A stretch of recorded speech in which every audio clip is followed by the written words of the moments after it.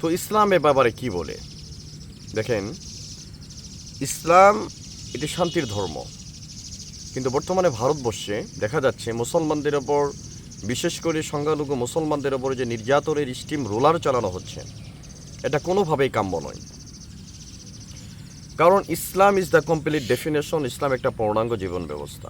পশ্চিমবঙ্গে বিজেপি নেতা শুভেন্দ্র তিনি বিজয় লাভ করেছেন এবং ইতিমধ্যেই তিনি জয় শ্রীরাম ধ্বনি দিয়ে পুরা ভারতকে কাঁপিয়ে দিয়েছেন। সেখানে আমরা হিস্টোরি সবাই জানি, সেখানে মুসলমানদের ওপর কীভাবে নির্যাতন করা হচ্ছে, মুসলমানদেরকে সেই দেশ থেকে বের করে দেওয়া হচ্ছে।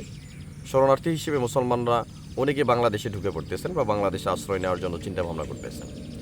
এখন প্রশ্ন হচ্ছে, ভৌগোলিক দৃষ্টিকোণ থেকে বা একটা নির্বাচিত সরকারের কাছে মানুষের জানমালের নিরাপত্তা এটা হচ্ছে সবচেয়ে গুরুত্বপূর্ণ বিষয়। কারণ একজন মুসলিম, আল্লাহ রাসূল সাল্লাল্লাহু আলাইহি ওয়াসাল্লাম মদিনা সনদ কায়েম করার পরে তিনি এই কথা বলেছিলেন, যদি কোনো অমুসলিমের ওপর নির্যাতন করা হয়, নিপীড়ন করা হয়, কাল কিয়ামতের দিন আমি ওই মুসলমানের বিপক্ষে কাল কিয়ামতের দিন আল্লাহর দরবারে আমি আদালতে তার ব্যাপারে মামলা দায়ের করব। ওমর রাদিয়াল্লাহু তাআলা আনহু তার খেলাফতের সময় তিনি বলেছিলেন যে ফোরাত নদীর তীরে যদি একটা কুকুরও অনাহারে না খেয়ে মারা যায়, এই জন্য আমি ওমরকে জবাবদিহি করতে হবে।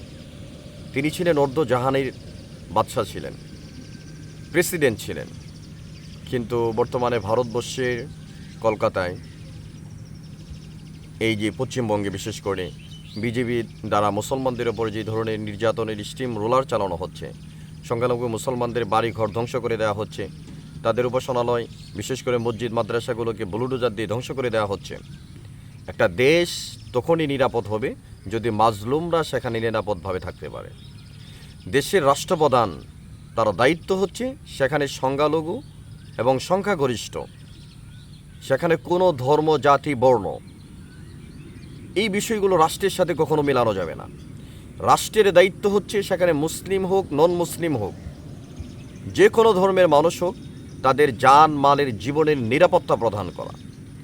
কিন্তু বর্তমানে উগ্রবাদী হিন্দুত্ববাদী রাষ্ট্র, তারা মুসলমানদেরকে যেভাবে সেখান থেকে বিতাড়িত করতেছে, মুসলমানদের বসত বাড়িকে জ্বালিয়ে দিচ্ছে, মুসলমানদের ভিটামাটি থেকে তাদেরকে বহিষ্কার করছে, এটা কখনো একজন স্বাধীন রাষ্ট্রের, স্বাধীন সরকারের পক্ষে কোনোভাবেই এটা কাম্য নয়। আমাদের পার্শ্ববর্তী দেশ ভারত, তারা আমাদের বন্ধু দেশ, তাদের উচিত হচ্ছে মুসলমানদের জানমালের নিরাপত্তা প্রদান করা। আন্তর্জাতিক আইন লঙ্ঘন করে মুসলমানদেরকে যদি বিতাড়িত করা হয়, তাহলে এই দাঙ্গামা বাংলাদেশেও যদি বেজে যায়। আমরা চাচ্ছি না। আমাদের ধর্মমন্ত্রী ইতিমধ্যেই তিনি কায়কোবাদ তিনি বলেছেন যে বাংলাদেশের কোনো সংখ্যালঘু হিন্দুদের ওপর কোনো ধরনের নির্যাতন, নিপীড়ন, নিষ্পেষণ করা হবে না। প্রয়োজনে আমি আমার মন্ত্রিত্বকে ছেড়ে দিব। তাহলে ভারতের শুভেন্দ্র রায় তিনি যে সিদ্ধান্ত নিয়েছেন, অনেক মুসলমানকে দেখা গিয়েছে রাস্তায় তাদেরকে জয় শ্রীরাম স্লোগান দেওয়ার জন্য বাধ্য করা হয়েছে। যদি জয় শ্রীরাম স্লোগান না দিয়েছে, তাদেরকে পিটিয়ে পর্যন্ত হত্যা করা হয়েছে। একটা স্বাধীন রাষ্ট্রে, স্বাধীন দেশে যদি সংখ্যালঘুদের নিরাপত্তা না থাকে, তাহলে তো তাহারা মজলুম, তারা মাজলুম, আর মাজলুমের বদদোয়া থেকে কেউ বাঁচতে পারে না। সুতরাং ইতিহাস সাক্ষী, এই পৃথিবীতে যারাই অত্যাচার করেছেন, যারাই নির্যাতন করেছেন, তারা এই পৃথিবীতে টিকতে পারেন নাই। নমরুদ নির্যাতন করেছেন, ফেরাউন নির্যাতন করেছেন, ইতিহাস তাদেরকে আস্থা করে নিক্ষিপ্ত করেছে। এটা কোরআনের সাক্ষী। আর পৃথিবীর যে প্রান্তেই কোনো মুসলমান যদি আঘাতপ্রাপ্ত হয়, একজন মুসলমানের দায়িত্ব হচ্ছে সেই মুসলমানের পক্ষে কথা বলা। এটা হচ্ছে আমাদের ঈমানের দাবি।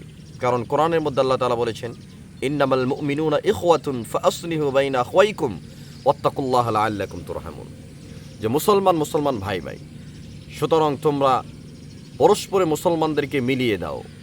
কিন্তু এখানে দেখা যাচ্ছে হিন্দুত্ববাদী, কঠোর হিন্দুত্ববাদী, তারা মুসলমানদের মাঝে ডিভাইডেড করে দেওয়ার জন্য তারা নিজেদেরকে গায়ের জোরে সেখানে মুসলিমদের বসত বাড়িকে কেড়ে নিচ্ছে।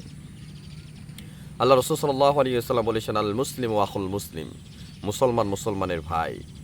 সুতরাং মুসলমান যদি আজকে পৃথিবীর যে কোনো প্রান্তে, যে কোনো দেশে যদি তারা নির্যাতিত হয়, যদি তারা নিপীড়িত হয়, পৃথিবীর যে কোনো প্রান্তে যে কোনো মুসলমান তার প্রতিবাদ করা, তাকে মাজলুমের পক্ষ নিয়ে কথা বলা, এটা হচ্ছে ঈমানের মৌলিক দায়িত্ব। সুতরাং ভারতবর্ষের যারা আমাদের সংখ্যালঘু মুসলমান রয়েছেন, আমাদের বাংলাদেশেও সংখ্যালঘু হিন্দু রয়েছে, এই বাংলাদেশে আমাদের মুসলমানের সন্তানরা, আমাদের মুসলমানের কলেজ, ইউনিভার্সিটি, মাদ্রাসার শিক্ষার্থীরা হিন্দুদের মন্দির পাহারা দেয়, তাদের প্রগতি পাহারা দেয়, তাদের গির্জা পাহারা দেয়। আর সেখানে ভারতবর্ষ দেখেন, কলকাতার অবস্থা দেখেন, মুসলমানদের বাড়িঘরকে জ্বালিয়ে দেয়া হচ্ছে, আমরা তাদের মন্দির পাহারা দেই, তারা আমাদের ভাই মুসলমানদের বাড়ি জ্বালিয়ে দেয়, নিজেদের শেষ সম্বলটুকু কেড়ে নিয়ে তাদেরকে সে দেশ থেকে বিতাড়িত করা হচ্ছে।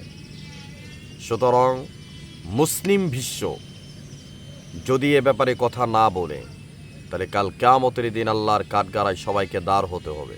কারণ আল্লাহ তাআলা হাদিসে কুদসির মধ্যে আল্লাহ রাসূল সাল্লাল্লাহু আলাইহি ওয়াসাল্লাম বলেছেন, আলা কুল্লুকুম রাইন ও কুল্লুকুম মাসউলুন আন রাইয়াতিহি, তোমরা প্রত্যেকেই জিম্মাদার, তোমাদের এই জিম্মাদারের ব্যাপারে জিজ্ঞাসা করা হবে। সুতরাং মুসলিম বিশ্ব, মুসলিম নেতৃবৃন্দ যারা রয়েছেন, গায়ের জোরে, পেশি বলি, শক্তিতে যদি মুসলিম নিধন করার এই ধরনের সিদ্ধান্ত গ্রহণ করা হয়, এটা আমরা প্রত্যাখ্যান করছি।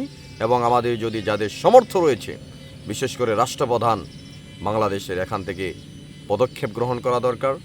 ওআইসি সম্মেলনের মাধ্যমে ইসলামপ্রিয় দেশগুলো, বিশেষ করে মুসলিম কান্ট্রিগুলো একত্রিত হয়ে যেখানে মুসলিমরা আক্রান্ত সেখানে তার প্রতিবাদ দুর্গ গড়ে তোলা, এটা আমাদের ঈমানের দাবি। আল্লাহ তাআলা আমাদের মুসলিম বিশ্বের সমস্ত মুসলিম কান্ট্রিগুলো এবং আমাদের মুসলমানের জান, মাল, রক্তকে আল্লাহ তাআলা হেফাজত করুন। এই আশাবাদ ব্যক্ত করে শেষ করছি।